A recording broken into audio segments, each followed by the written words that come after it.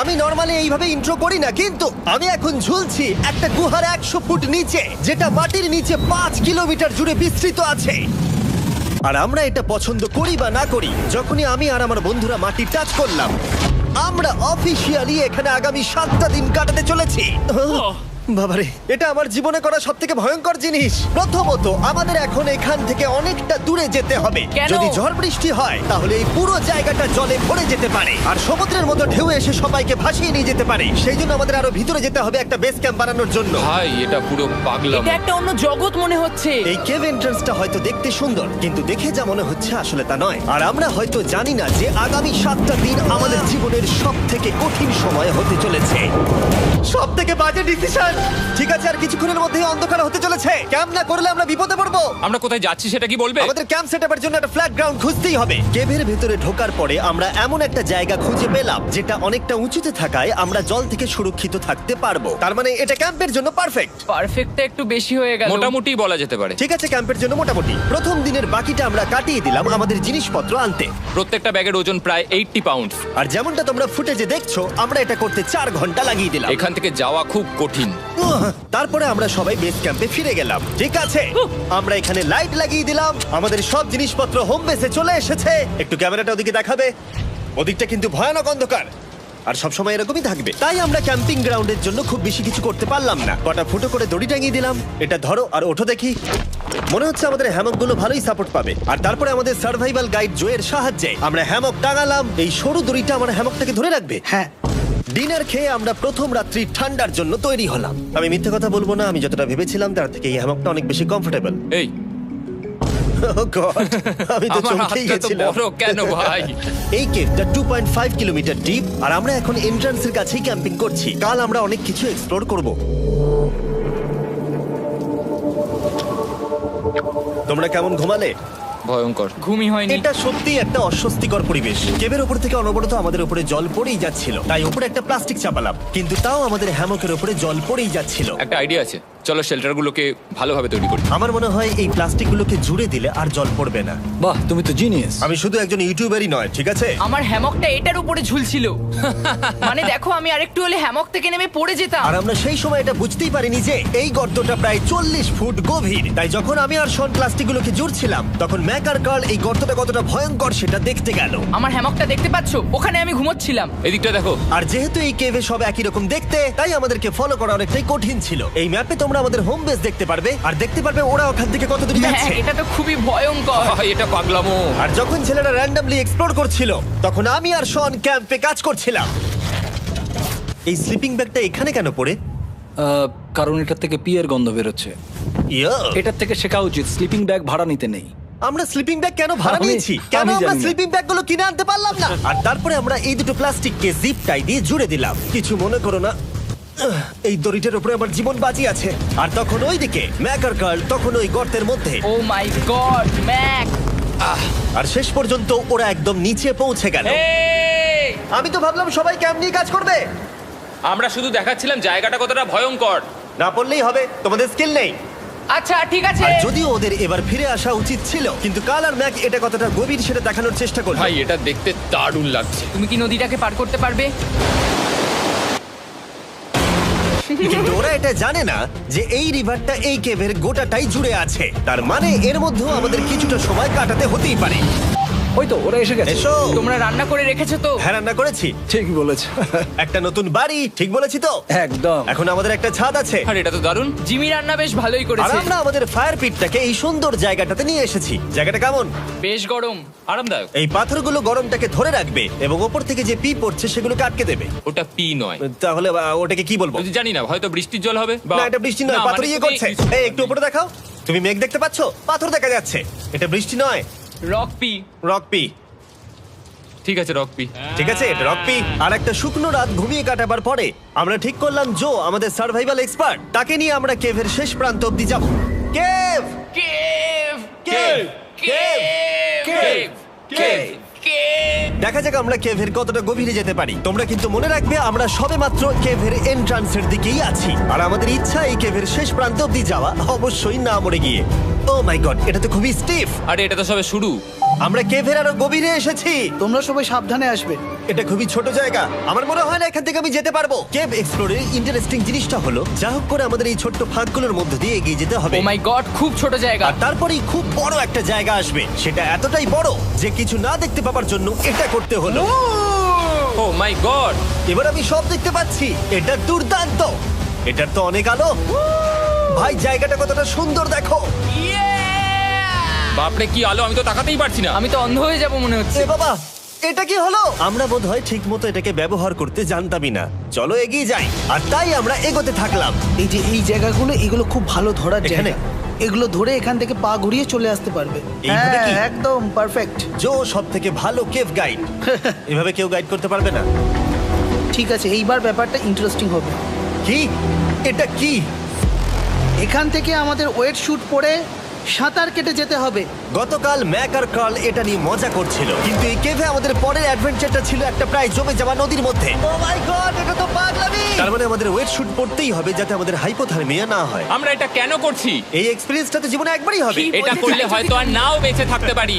আমাদের এই কেভের শেষে পৌঁছতে হলে আমাদের এই নদীর মধ্য দিয়ে, এই ছোট্ট ফাঁকগুলোর মধ্য দিয়ে সাবধানে ধীরে ধীরে এগিয়ে যেতে হবে। আস্তে আস্তে নামো, স্রোতের কারণে পা পেছনে টানতে পারে। ঠিক আছে, আমি তাহলে নামছি। তুমি ওই দেয়ালগুলো ধরে ধরে এগোতে থাকো আস্তে এটা তো আস্তে। খুব ঠান্ডা। তুমি পারবে জিমি। জানি না এখানে ঢুকতে পারবো কিনা। জিমি, এবার তুমি জল থেকে উঠে দাঁড়িয়ে পড়ো।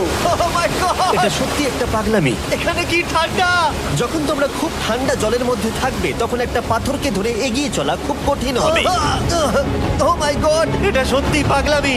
ম্যাক, গড, চলে এসো। আমার ভয় লাগছে।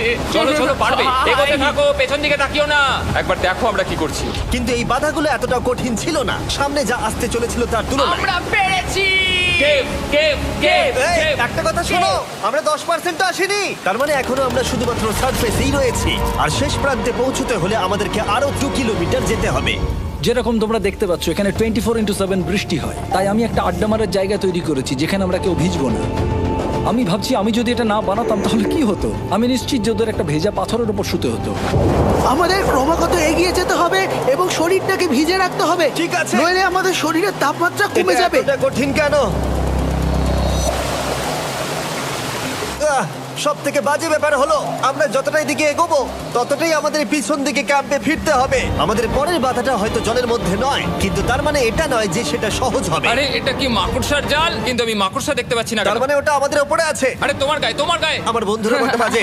এই কেভটা মিস্টার বিস্ট ভিডিওর মতো, যত এগোবে ততই কঠিন হবে।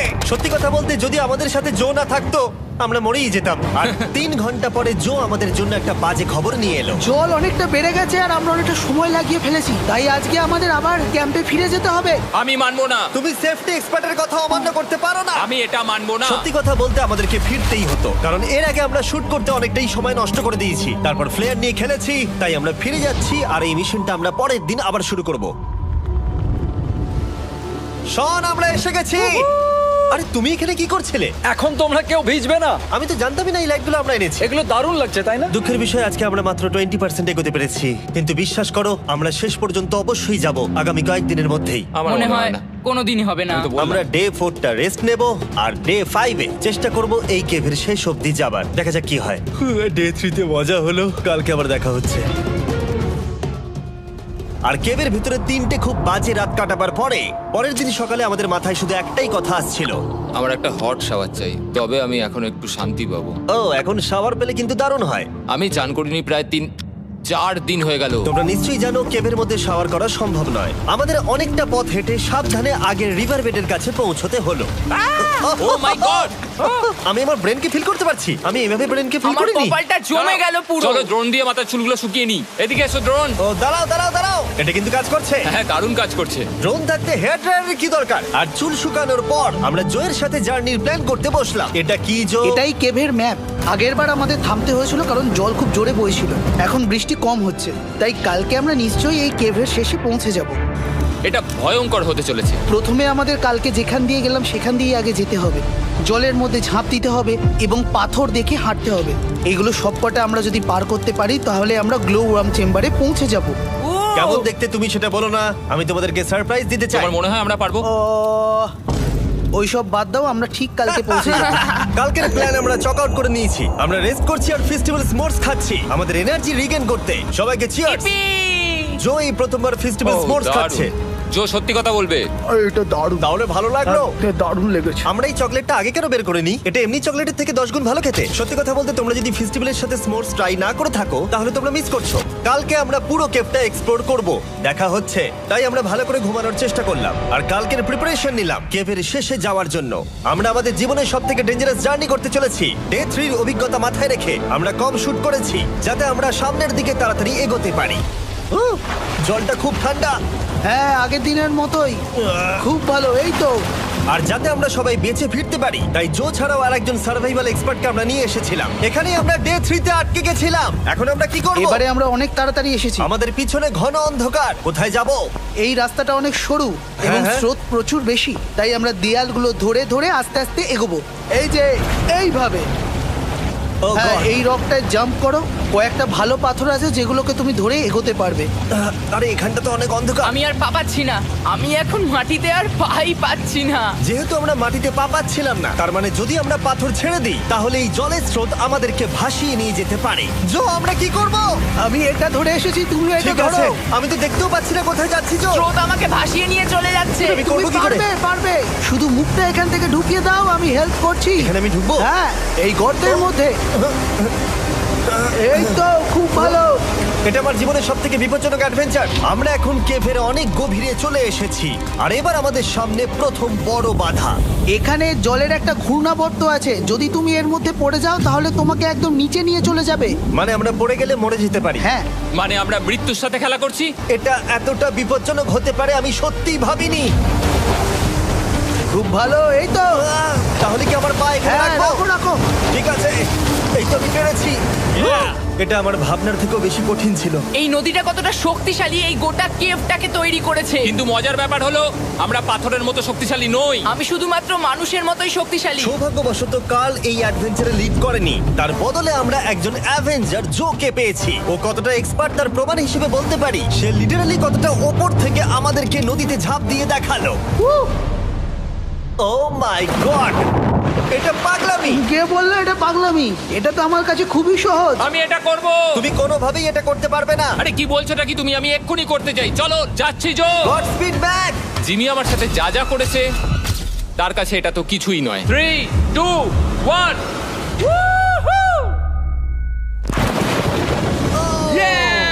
তুমি করবে? না, আমরা না এগুলো শেষ পর্যন্ত যেতে পারবো না। ও মাই গড, আমাদের নিচের দিকে যেতে হবে। আমরা সবসময় স্রোতের উল্টো দিকে কেন যাই? এখন শুধু আমি ভেসে ভেসেই যেতে পারবো, আর কিছু না। এই জলের তলায় অনেক ধারালো পাথর আছে, তোমরা সেগুলোকে দেখতে পাবে না, তাই সাবধানে পা ফেলবে। ও মাই গড, আবার এটা গভীর আরে হচ্ছে।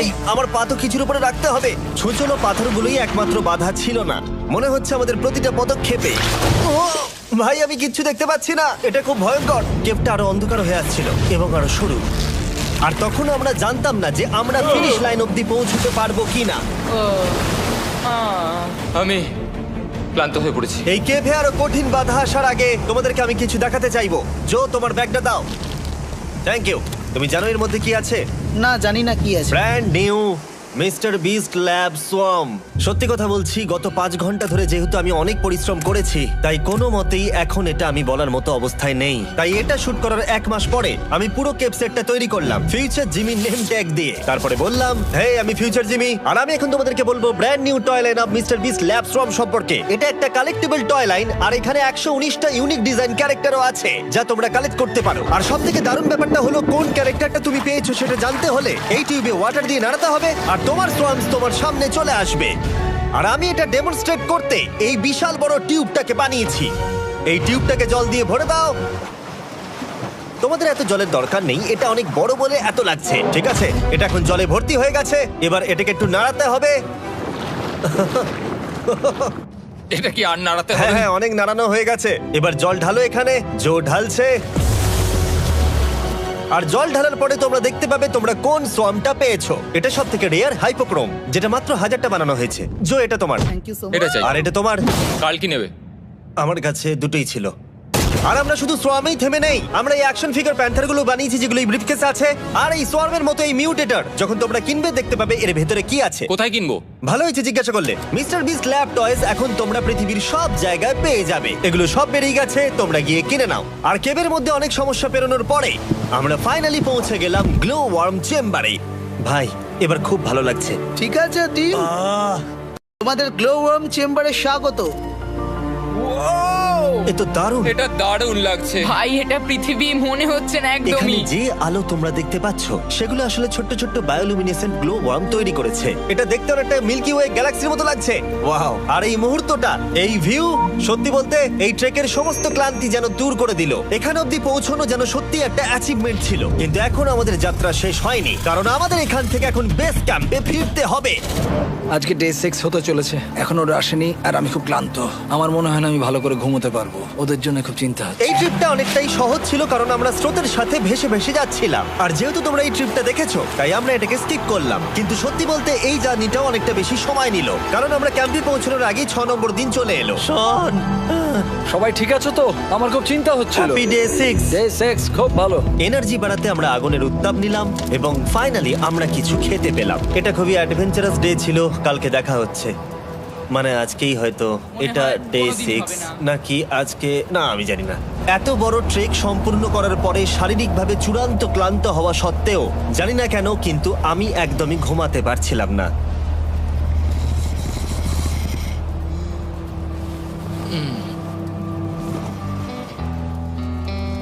আমি 7 দিন সলিটারি কনফাইনমেন্টে কাটিয়েছি, কবরে কাটিয়েছি, 7 দিন রাফটে থেকেছি। কিন্তু সত্যি কথা বলতে এটা সবার থেকে বেশি কঠিন ছিল, কারণ সব সময় ভিজে, ঠান্ডা, প্রত্যেক মুহূর্তে এই পাথরগুলো শরীরে ব্যথা দিচ্ছে। বেশিরভাগ সময়টাই এই কেপটা দুঃস্বপ্নের মতো ছিল। কিন্তু তোমার আর আমার মধ্যে জিমি! ইয়ো! গার্ড, আমাকে দেখতে পাচ্ছো? এটা পৃথিবীর সবথেকে উজ্জ্বল টর্চ। মজার মুহূর্ত অনেক ছিল।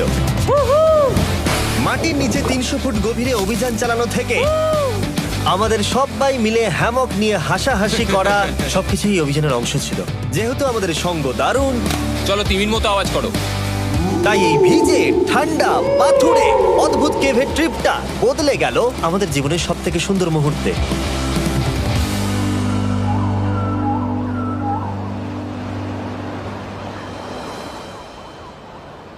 আমরা এখান থেকে যাব না যতক্ষণ না সবকিছু তোলা হচ্ছে।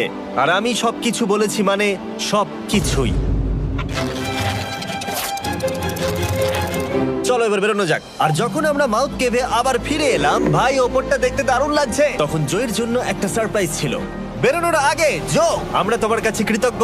তাই এই নাও $50,000 নিউজিল্যান্ড ডলার, 10,000 করে প্রত্যেক জনের প্রাণ বাঁচানোর জন্য। Oh my God, thank you so much Jimmy. Thank you Joe. Love you, Joel! এবার আমাদের সব কাজ হয়ে গেছে, চলো বেরোনো যাক। 7টা দিন পরে আমরা ফাইনালি এখান থেকে বেরোচ্ছি।